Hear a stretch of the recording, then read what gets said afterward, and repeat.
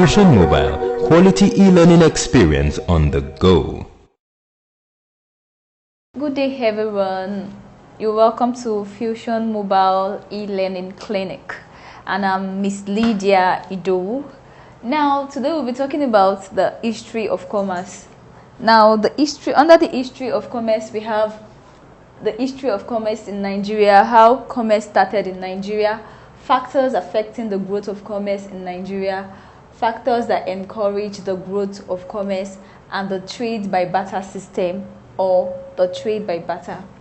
Now, the history of commerce in Nigeria, how commerce started in Nigeria. In the olden days, people engaged in what we call the subsistence production.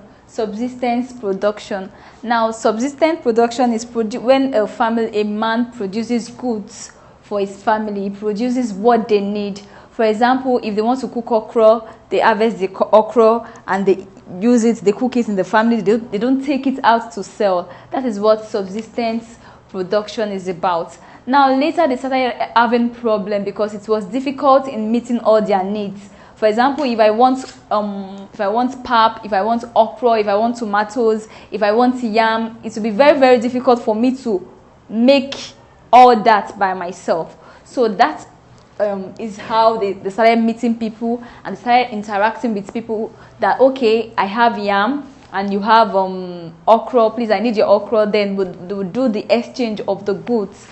Now, the exchange of goods for goods then is called, that is where trade by barter came into Nigeria. So the exchange of goods for goods is called the trade by barter. Okay, now, the first form of foreign trade in Nigeria is called the Trans-Sahara trade. The Trans-Sahara trade, it has to do with using camel, making use of camel for transportation. Now, in the olden days then, for example, if I want to buy goods or if I need goods from another country, like the Arabs, the distance is very far to Nigeria. So you can't expect me to carry those goods from Arab to Nigeria. So what they make use of then is the camel. The camel will have to, they will put all their goods, everything they bought on the camel, and then they will bring it back to wherever they are taking it to. So that is where the first foreign trade in Nigeria, it is called the Trans-Sahara trade. Now we are going to move further to the factors affecting the growth of commerce in Nigeria. There are so many things that makes commerce very difficult. There are so many things that stand as an obstacle to commerce in Nigeria.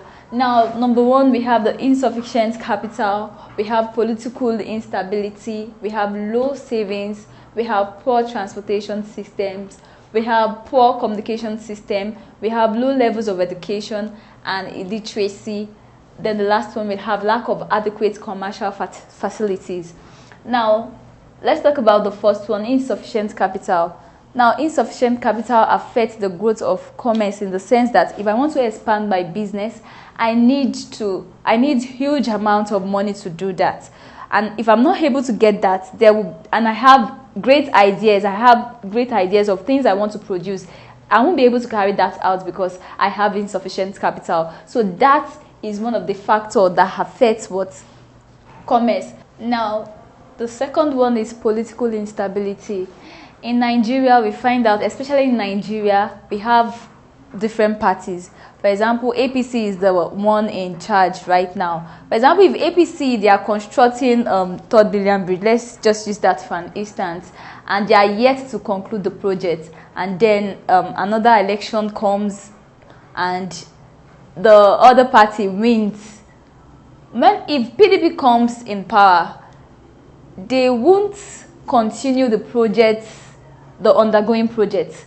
That project will come to an end like that. So political instability affects commerce. And again, another one is the Boko Haram issue happening in the north. We find out that in Nigeria, we get more of tomatoes, pepper and onions from the north. Since Boko Haram has been happening right now in Nigeria, we find out that we don't get more of those things, and now they are more expensive because people find it difficult. People are scared of, nobody would want to travel to the north and get bombed. So people are scared of traveling to the north to get goods like they used to before. So that makes it very difficult, and that makes tomato and all those things, those farm stuffs, that makes them very expensive these days. Now the third one is low savings. Now when there is no money in the circulation, people find it very, very difficult to save. So low savings is also one of the factors affecting the growth of commerce in Nigeria. Now the fourth one, we have poor transportation system, like poor transportation system, bad roads and all that. Poor communication system, people find it difficult to communicate with themselves because there's no phone. Like some places in the north, they don't make use of phone. There's nothing like computer. They don't make use of all of that. So it's very, very difficult for them to carry on, produce goods and sell to different countries or different states. Now, low levels of education and illiteracy. When people can't read or write, it will be very, very difficult for them to interact with people or to carry on business activities. So low level of education and illiteracy is a major factor affecting the growth of commerce in Nigeria. Now the last one is lack of adequate commercial facilities. Like we talked about in the introduction to commerce, we talked about the aids to trade, the banking, warehousing, communication, transportation and all that. In some rural states, in some rural areas, they find it difficult to bank. They don't bank. Like in some areas in the north, they don't have banks. People still dig holes to save their money, or people still use save their money in their houses, because when they consider the distance in traveling, if they want to go to the bank, they'll have to travel before they get to the bank. When they consider all that, they'll get discouraged and just keep their money with them. So those are the factors affecting the growth of commerce in Nigeria. Now we'll be looking at factors that encourage the growth of commerce in Nigeria. Now in Nigeria, we have some factors that have helped to commerce these days. Now we have emergence of specialization.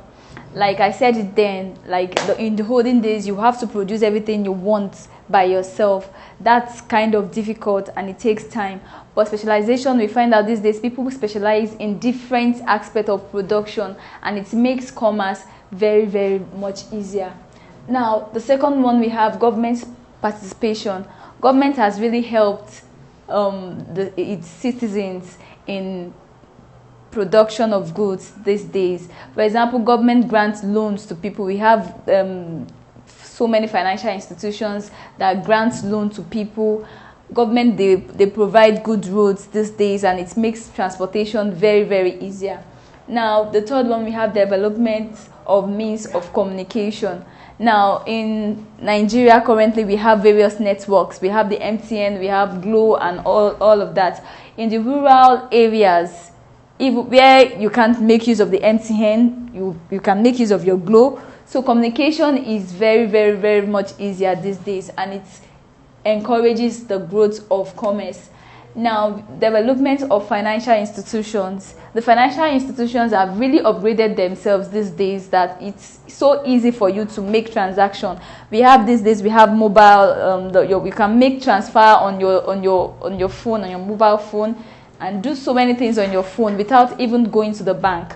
Now, the fifth one, we have role of advertising. The role of advertising in Nigeria. People now do advertising, as in we have what we call the aggressive advertising. You keep seeing it on your screen like often. For example, if you enter like the BRT buses these days, you see people advertising their products. They can advertise it for like 4 times before you get to your destination. So people do this aggressive advertisements to bring their goods to the notice of the public. So advertising is one of the factors that encourages the growth of commerce. Now, development of warehouses. Now, we have so many warehouses in Nigeria where people store their goods until they are ready to sell them.